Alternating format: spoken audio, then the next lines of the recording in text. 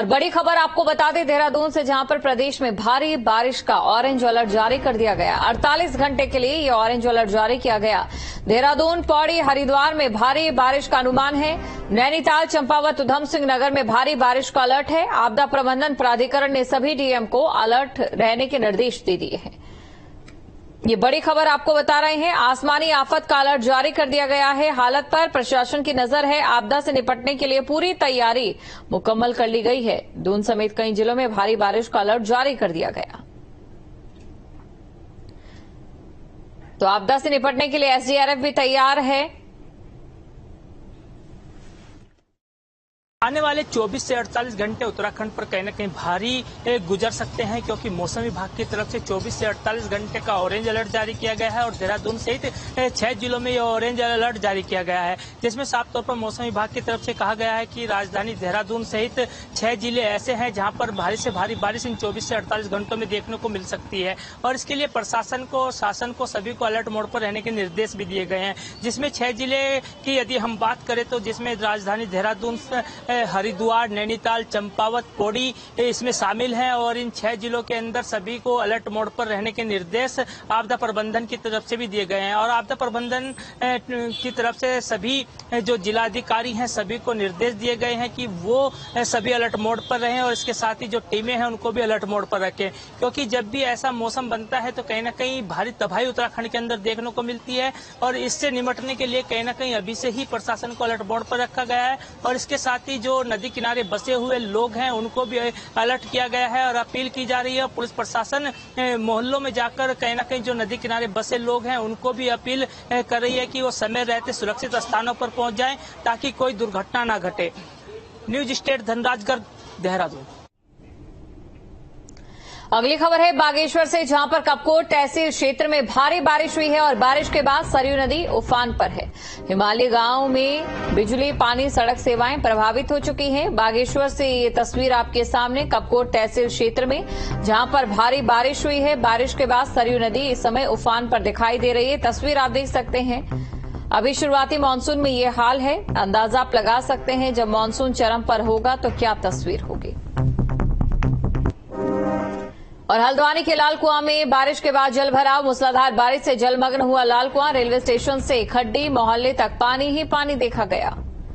कई लोगों का सामान और राशन भी पानी में डूब चुका है। पुलिस चेक पोस्ट और वन विभाग की गाड़ी भी पानी में डूबी। तस्वीर आपके सामने, तस्वीर में आप देख सकते हैं लोगों के घरों में पानी आ चुका है, लोगों का सामान खराब हो चुका है। तो किस तरीके से यहां पर पानी ही पानी, और इस पानी की वजह से लोगों को हो रही परेशानी। देखिए, जो रात से बारिश हुई है उससे लाल कुआं क्षेत्र में जल भराव की समस्या हुई है। जो हमारा 25 एकड़ है और बाकी अन्य स्थानों पर भी कई घरों में पानी भर गया था। तो इस पर अभी तो फिलहाल पानी उतर गया है, लेकिन जो मुआवजा वगैरह है उसको देने के निर्देश दे दिए गए हैं। प्रदेश में मानसून सीजन की पहली बारिश ने लोगों की नींद उड़ा दी है। हरिद्वार में उफनती गंगा में कई गाड़ियां तैरती दिखाई दी, तो पहाड़ के कई इलाकों में लैंडस्लाइड से रास्ते बंद होने से लोगों को परेशानी झेलनी पड़ी। मौसम विभाग ने इस बार 60% अधिक बारिश का अनुमान लगाया है और ऐसे में लचर सरकारी व्यवस्थाओं के दावों के बीच लोगों की चिंताएं बढ़ गई है। देखिए रिपोर्ट।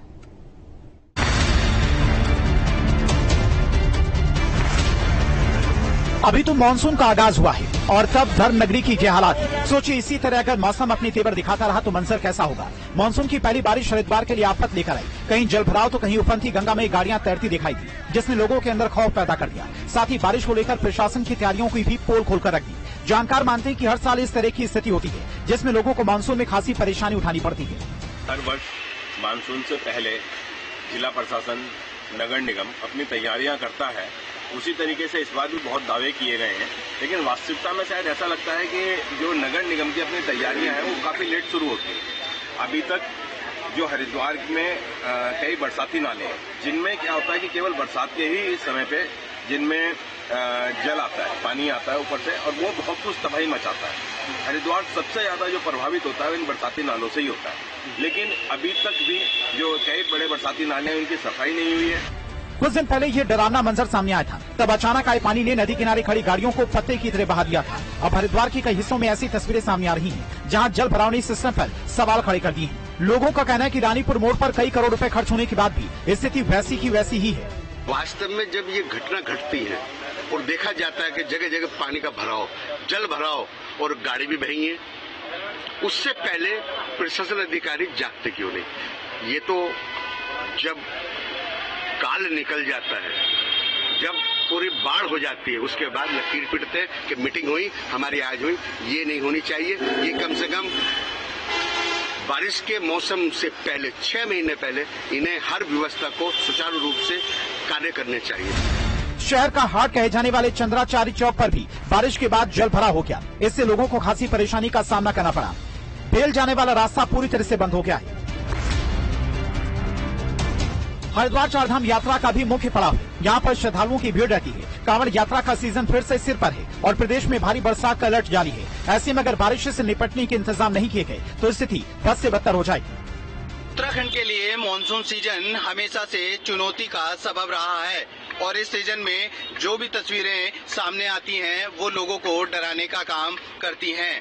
हालांकि मानसून सीजन के इस शुरुआती दौर में जिस तरह की तस्वीर सामने आई है उसने न केवल लोगों के लिए चिंता बढ़ा दी है बल्कि प्रशासनिक अमलों की पोल भी खोल दी है।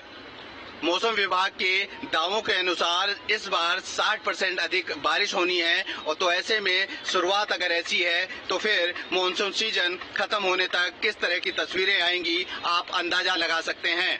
इस बीच उम्मीद यही की जा रही है कि मौसम प्रशासनिक जो विभाग है उसकी तैयारियां पुख्ता हों। न्यूज स्टेट के लिए हरिद्वार से महावीर नेगी। नैनीताल में हुई मूसलाधार बारिश से मॉल रोड में लगी विद्युत लाइन पेड़ की गिरने से क्षतिग्रस्त हो गई। लाइन टूटने के कारण शहर के एक बड़े क्षेत्र में विद्युत आपूर्ति ठप हो गई। पहाड़ों में मौसम विभाग का पूर्वानुमान सही साबित हो रहा है। नैनीताल और आसपास के क्षेत्रों में कल रात से मूसलाधार बारिश देखने को मिली। मौसम साफ होने के बाद विद्युत विभाग और वन विभाग ने मिलकर पेड़ को काटकर लाइन को जोड़ा जिससे विद्युत आपूर्ति सुचारू हो सके। तो इसलिए कि पूरी फॉरेस्ट की टीम और जिनके परिसर का पेड़ है वो ऑनर द्वारा ही पेड़ कटवाया जा रहा है। हम लोग द्वारा सप्लाई बंद करी गई है। जब ये पेड़ कटेगा सप्लाई को बिल्कुल नॉर्मल कर देंगे और कुछ 2-3 तास हमारे बंद है, ज्यादा एरिया हमारा बंद नहीं हो रहा है। मसूरी से खबर जहां मूसलाधार बारिश के बाद सड़कों पर मलबा आ गया है। जेपी बैंड के पास सड़क पर मलबा आया। मसूरी धनौल्टी बाईपास बंद होने से परेशानी हुई। जेसीबी मशीन लगाकर मार्ग खोला गया। नगरपालिका सड़कों की सफाई करा रही है। तो ये तस्वीर आपके सामने है। मूसलाधार बारिश की वजह से किस तरीके से मलबा आ गया, सड़क बंद हो गई, जिसके बाद जेसीबी मशीन यहां पर पहुंची और रास्ते को साफ किया गया। कल रात काफी तेज बारिश हुई जिससे मलबा सड़कों पे काफी आ गया है, जिसमें एनएच और पीडब्ल्यूडी भी अपनी सड़कों पे काम कर रहे हैं, नगर पालिका भी अपनी सड़कों पे काम कर रही है। सामग्री के एसडीएम साहब के निर्देश के बाद लगातार हमारी चालान की कार्रवाई चल रही है। हमारे वर्क एजेंट लगातार जहां भी निर्माण सामग्री सड़कों पर पड़ी हुई है उनकी चालान की कार्रवाई कर रहे हैं। और काशीपुर में अपर पुलिस अधीक्षक अभय सिंह के नेतृत्व में क्षेत्र के लोगों और स्कूली छात्राओं के साथ एक जागरूकता अभियान चलाया गया जिसमें देश के बने नए कानून के विषय में विस्तृत जानकारी दी गई। पुलिस ने बताया कि कानून में नई धाराएं शामिल होने के बाद पुलिस, वकील और अदालतों के साथ आम लोगों के कामकाज में भी काफी बदलाव आ जाएगा। जरूरी था कि हमारी जो आपराधिक न्याय प्रणाली है उसको अपडेट किया जाए, समयबद्ध किया जाए, जिससे कि पीड़ित केंद्रित और न्याय सर्वसुलभ हो पाए। इसीलिए इसमें न्याय सुरक्षा जैसे शब्दों को जोड़ा गया है, जिससे कि जो विक्टिम सेंट्रिक पुलिसिंग है या जो न्याय प्रणाली है वो विक्टिम सेंट्रिक हो सके।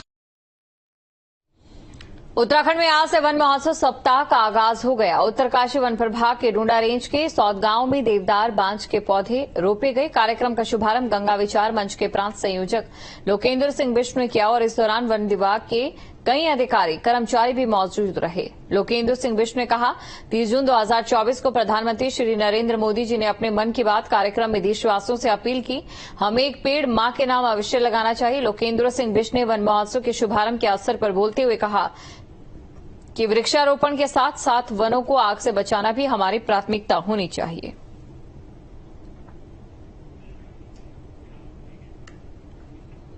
देहरादून से अगली खबर जहां मुख्यमंत्री फ्लीट के दमकल वाहन खस्ताहाल अग्निशमन की गाड़ी के इंजन से धुआं निकला। तो ये बड़ी खबर आपको बता रहे हैं, मुख्यमंत्री फ्लीट के दमकल वाहन से धुआं निकलता दिखाई दिया। ये तस्वीर आपके सामने है, अग्निशमन की गाड़ी के इंजन से धुआं निकला।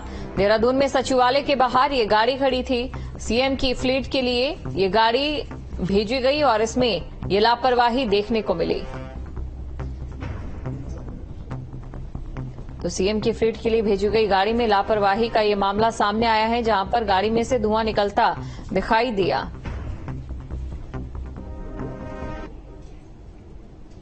और चमोली में बरसात के सीजन के आगाज के साथ ही अलकनंदा अपना रौद्र रूप दिखाने लगी। बद्रीनाथ धाम में अचानक से अलकनंदा का जल स्तर बढ़ गया। इससे यहां नारदशिला और वाहशिला में पानी में डूब चुके हैं। पुलिस ने पूरे धाम में श्रद्धालुओं और स्थानीय लोगों को अनाउंस कराकर अलर्ट करा दिया। साथ ही तत्तप कुंड को भी खाली करा दिया गया। प्रशासन ने खतरे को देखते हुए श्रद्धालुओं और स्थानीय लोगों को नदी के प्रवाह क्षेत्र से दूर रहने की अपील की है।